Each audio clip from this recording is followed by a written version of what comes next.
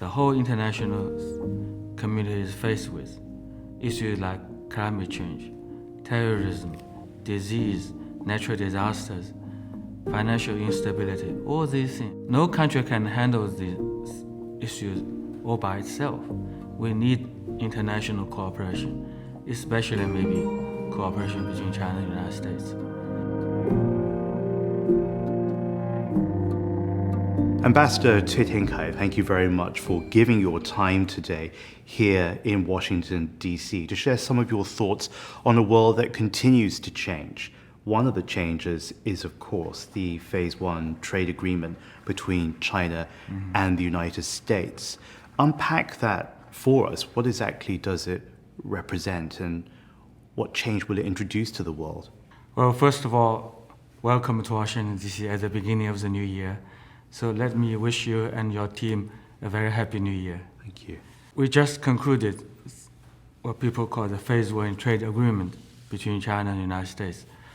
I think it's a good example that despite all the differences between our two countries, there's still a clear need and a growing common interest for the two countries to reach agreement on important issues like trade and others. When you look at this Phase 1, when you say Phase 1, does that necessarily indicate that there's going to be a Phase 2, maybe a Phase 3? I think actually this is a continuous process because we have a huge volume of bilateral trade between China and the United States and growing mutual investment. So there are always maybe issues we have to address, concerns we have to raise. So people have to talk to each other to have ongoing consultations on all these issues related to bilateral trade. So, of course, we are now talking about Phase 1. Naturally, there might be Phase 2 or Phase 3, but whatever you may call them, the need for continuing consultation is clearly there. You use some interesting words and phrases there. Talk to each other, consultation. Is it easier 2 years after the dispute began to talk to one another? Maybe good things are never easy in the world. Yes. There's a saying in the English language, easy come, easy go. Yeah. I think to be frank, the trade talks was quite tough sometime, but there is a good commitment by both sides to overcome the difficulties, to continue their coordination and consultation to reach some concrete outcome, and they did it. So it seemed to me there's still a good degree of common sense out there. And then, therefore, what happens next? As you said, perhaps whether it's called Phase 2 or 3 is not significant in itself, but perhaps more significant is what will follow after Phase 1 and what can people all over the world perhaps anticipate and prepare themselves for? I think the first thing we have to do, and China and the United States, we have to do together, is to implement this Phase 1 agreement, to show to the world that we have good faith in this, and we are ready to materialize whatever we have agreed on paper. This is the first and the most important thing we have to do together right now. When you look at this Phase 1, what is perhaps the most valuable component? Because the US-China relationship surely impacts people all over the world, not only in these two countries. And when we think about the communities, the farmers, for example, the individuals who are involved, the suppliers, the producers, the manufacturers, what should they look at amongst this more than 100-page text and say, that's important to us? You see, there are altogether 9 chapters in the agreement, and there are a lot of specific, even technical issues involved. So I think the government agencies in both countries that are dealing with these issues on a daily basis, they are in a much better position to present and explain this to the public.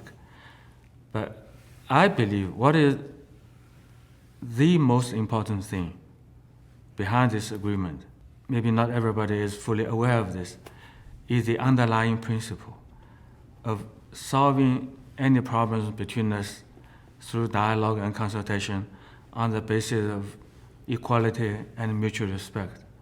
I think that this is the most important thing.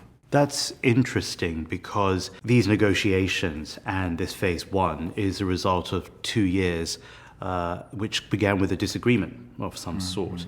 Do you think 2 years on that not only you have a phase one agreement to show for, but perhaps a more honest relationship, a different kind of positive relationship between the two countries? Actually, if we look at the past history, you see China and the United States established diplomatic relations in 1979. So last year was the 40th anniversary. If you look at the past history, it's clear there was a kind of, if we may use the term, decoupling between the two countries for 22 years before Dr. Henry Kissinger's secret visit. Then we resumed ties. We built a very strong and growing relationship over the decades. I think we should really draw the good lessons from the past. I think history has proved cooperation is the only option for our two countries. When we cooperate, both countries would benefit from it, and confrontation will make both countries hurt, very badly hurt. We should bear this in mind as we move forward. You mentioned the wider China-United States bilateral relationship. Many people have said that this trade agreement is surely not going to be solved, but as you said back in 1972 when Dr. Kissinger went to China, followed by President Richard Nixon, that what they achieved, and of course Jimmy Carter in 1979 with Deng Xiaoping, was surely even more impossible at the time than any trade agreement today. When you look back to 72, 78, 79, and the forming of that relationship into what it is today, there wasn't even an embassy here in Washington at the time. Surely that was more difficult. We started with a liaison office Yes. in the Mayflower Hotel. What year was that? I think 73. So I think we have done a great deal over the last few decades for our relationship. And there's clear need for us to continue in the same direction. I have to ask you, though, why is the US-China relationship so important as the Chinese ambassador? I've always said that it impacts humanity. But in your words and with your insight, what should people around the world think about in terms of the critical aspect of this relationship between these two families of people? Well, you see, China and the United States, we are the two largest economies in the world. We are both permanent members of the United Nations Security Council. So we bear great responsibilities, not only for our own peoples, but also for the global community. At the same time, there are a growing number of challenges, global challenges, the whole international community is faced with. Issues like climate change, terrorism, disease, natural disasters, financial instability, all these things. No country can handle these issues all by itself. We need international cooperation, especially maybe cooperation between China and the United States. So this phase one agreement is giving people better confidence, not only for the global economic prospects, but also for the possibility of major countries cooperating with each other on global issues.